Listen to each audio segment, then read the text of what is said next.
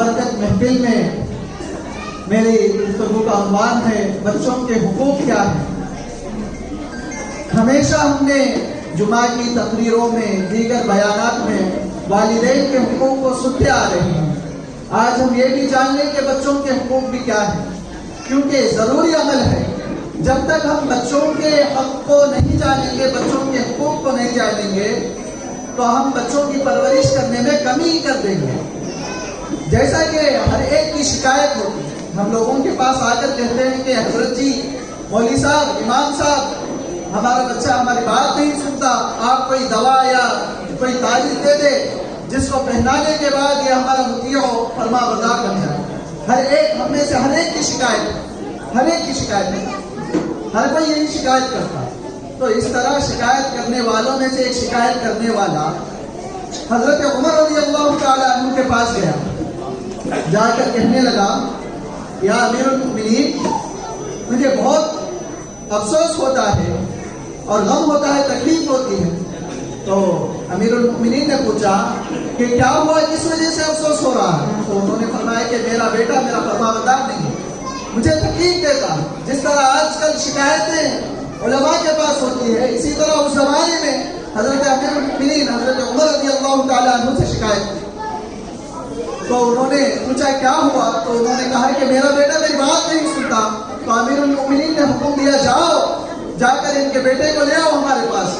حضرت عمر کا بلاوا آتا تو ہر کوئی کانپنے لگتا، پریشان ہو جاتا کہ یہ اس عادل بادشاہ، اس عادل خلیفے کے آگے جانا ہے کہ جس کو حضور نے فرمایا اگر میرے بعد کوئی نبی ہوتا تو وہ عمر ہوتا۔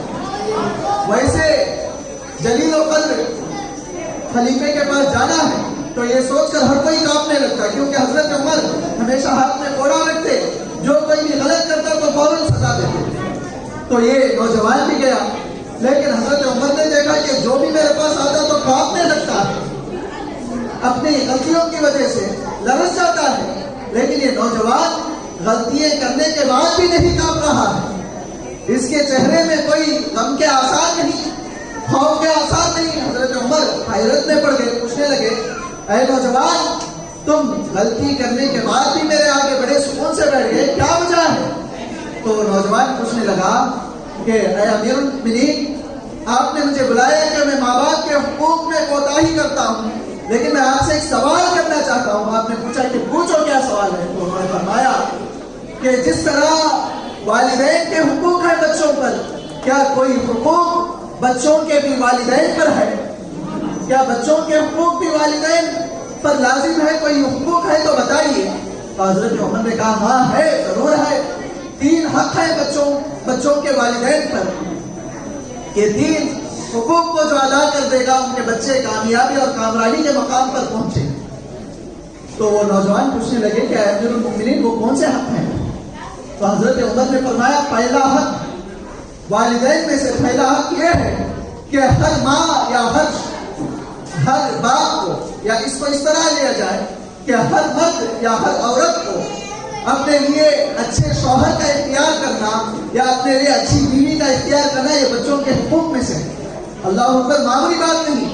ہم یہ سمجھتے ہیں کہ بچوں کے ولادت کے بعد ہی بچوں کی تربیت ہے، بچوں کے پیدا ہونے کے بعد ہی ان کے صحیح اور غلط میں ان کا ساتھ دینا یہ بچوں کی تربیت ہے، لیکن حقیقت یہ ہے، حضرت عمر فرماتے ہیں تمہارے بچوں کو تم نیک بنانا چاہتے ہو تو نیک بیویوں کو اختیار کرو، نیک شوہروں کا اختیار کرو۔ یہ نہیں کہ تم کوئی دنیا دار خوبصورت حسین و جمیل لڑکی کو پسند کر لیے، دنیا دار ڈگری رکھنے والے شوہر کو پسند کر لیے، اس کے بعد تم توقع رکھو کہ تمہاری نسل میں سے اولیاء پیدا ہو۔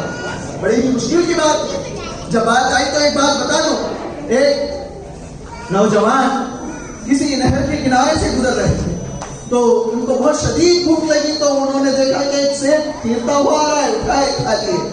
پھر کھانے کے بعد خیال آیا کہ یہ تو مال لٹا تھا، بہتا ہوا ہے، میں کھا لیا، یہ کس کا تھا نہیں پتا چلا۔ خدا کا خواب دل میں آیا تو فوراً اس نہر کو دیکھتے ہوئے چلنے لگے، جہاں سے وہ بہ رہا تھا اس کے طرف یہ چلنے لگے۔ جب دیکھا کہ ایک باغ میں سے ٹوٹ کر اس نہر میں بہتا ہوا آیا تو اس باغ کے مالک کے پاس جا کر کہنے لگے کہ اے باغ کے مالک اس طرح میں بھوکا تھا، ایک سیب آیا تو میں کھا لیا. تو باغ کے مالک نے دیکھا کہ اتنا نیک نوجوان کوئی چوری کر کے بھی کھا لے تو نہیں بولتا، یہ تو مال نکتا تھا، کوئی پریشانی نہیں تھی. لیکن وہ نوجوان کو وہ جو باغ کا مالک تھا اس نے کہا کہ تمہارا جرمانہ یہ ہے کہ تم اتنے سال میرے باغ کی گوٹی کرو گے، میرے باغ میں کام کرو گے. تو اتنے سال وہ کام کرتے ہیں، کام کرنے کے بعد ختم ہونے کے بعد مدت کے بعد جاتے ہیں، جا کر پوچھتے ہیں کہ میری مدت تو ختم ہوئی، کیا آپ نے مجھے معاف کر دیا؟ نہیں، اور ایک شرط ہے. تو وہ کہتے ہیں کہ کیا شرط ہے؟ میری ایک نوجوان بچی ہے جو آنکھوں سے اندھی ہے، کانوں سے بوڑھی ہے، زبان سے گونگی ہے، پیروں سے لنگڑی اور لولی ہے، اس کے ساتھ تمہارا نکاح کروانا چاہتا ہوں، تم اس سے نکاح کر لو گے تو میں راضی ہو جاؤں گا. تو وہ نوجوان پوچھنے لگا ٹھیک ہے، اگر تم اس سے راضی ہیں تو میں اگر اس لڑکی سے نکاح کرنے کے بعد آپ مجھے معاف کر دیں گے تو میں تیار ہوں اس لڑکی سے نکاح کرنے کے بعد. تو نکاح ہوا. جب کمرے میں داخل ہوئے تو وہ دیکھتے ہیں کہ بہت ہی حسین و جمیل لڑکی ہے جو آنکھوں سے بھی دیکھ رہی ہے، زبان سے بول رہی ہے، کانوں سے سن رہی ہے، اس کے ہاتھ پیر بہت ہی سالم ہے. تو اندر جاتے ہی فوراً وہ دوڑ لگا ہے، باہر کمرے کے باہر دوڑتے ہوئے آئے. جب آئے تو دیکھا کہ وہ کھڑے ہوئے تھے وہ شخص. انہوں نے پوچھا کہ کیا ہوا نوجوان کیوں باہر نکل کے آئے؟ تو بولنے لگے کہ ایک سیب کھا لیا میں، اس کی سزا میں اتنے سال کاٹا. یہ کون لڑکی اندر بیٹھے مجھے نہیں پتا. مجھے خوف آیا کہ آپ نے تو کہا کہ آپ کی بیٹی آنکھوں سے اندھی ہے، کانوں سے بوڑھی اور زبان سے گونگی ہے، لیکن اندر جو بیٹی ہے بہت ہی حسین و جمیل نوجوان لڑکی ہے، یہ ماجرا کیا ہے؟ تو وہ شخص نے کہا کہ اصل ماجرا یہ ہے، میری بیٹی آنکھوں سے اندھی اس کی وجہ یہ ہے کہ اس نے اب تک اپنی زندگی میں کسی غیر محرم کو دیکھا نہیں. زبان سے گونگی اس وجہ سے کہا کہ اس نے اب تک کسی غیر محرم سے بات نہیں کیا. کانوں سے بوڑھی اس لیے کہا کہ اس نے اب تک کسی غیر محرم کی آواز نہیں سنی. اور ہاتھوں پیروں سے لنگڑی اس لیے کہا کہ اس نے اب تک اپنے گھر سے کسی غیر ضرورت کے اب تک اس نے قدم باہر نہیں رکھا. تو اے لوگوں، جب ان کی ایک اولاد ہوئی، ان دونوں میں سے جب ان کی ایک اولاد ہوئی جس کو جہاں نے اس نام سے یاد کیا، جن کو ہم سب غلام یاد کرتے ہیں، جن کے نام سے ہر سال لوگوں کو کھلایا جاتا ہے، وہ اور کوئی اور نہیں، ان کی اولاد حضرت شیخ عبد القادر جیلانی. جب باپ اس طرح کا ہوگا، جب ماں اس طرح کی ہوگی، تو ان کی نسل جو پیدا ہوگی تو وہ عبد القادر بنے گی، یا خواجہ اجمیری بنے گی، یا نادر ولی حضرت شاہ الحمید گنجی سوائی جیسے بچے پیدا ہوں. آج ہمارے بچے کیوں ہمارے فرما بردار نہیں ہے، ہمارے آگے ہمارا چہرہ پھیرتے ہیں؟ اس کی وجہ کیا ہے؟ یہ شروع میں ہی ہم نے دیکھا نہیں. ہم مال و دولت کے پیچھے دوڑ لگائے، جو ملا مالدار لڑکی، جو ملا مالدار لڑکا، اس سے اپنا رشتہ چھوڑ دیا. حضرت عمر نے کہا کہ بچوں کی پرورش کا پہلا حق، بچوں کے حقوق میں سے پہلا حق، ہر مرد کو چاہیے کہ وہ دیندار عورت کو پسند کرے، ہر عورت کو چاہیے کہ وہ دیندار مرد کو پسند کرے. یہ تمہارے اولاد کے حقوق میں سے پہلا حق ہے. دوسرا حق حضرت عمر نے فرمایا کہ اپنے بچوں کو اچھا نام رکھو. آج ہم نام رکھتے ہیں، شکایتیں آتی ہے کہ حضرت میرا بچہ بات ہی نہیں سنتا، بہت بدتمیز ہو گیا. اچھا تو کیا نام رکھا؟ سلمان خان، واہ، شاہ رخ خان، امیر خان. بھائی اس طرح کے نام رکھو، یہ تو ناچنا ہی چاہے گا نا، کب تمہاری فرمانبرداری کرے گا؟ اگر عبداللہ رکھتے، عبد الرحمان رکھتے، غلام مصطفیٰ رکھتے، غلام رسول رکھتے، غلام غوث رکھتے، تو اس کے اندر اس کا اثر ہوتا نا. یہ کیسی بات حضرت، نام کا اثر ہوتا ہے کیا؟ الفاظ کا اثر ہوتا ہے کیا؟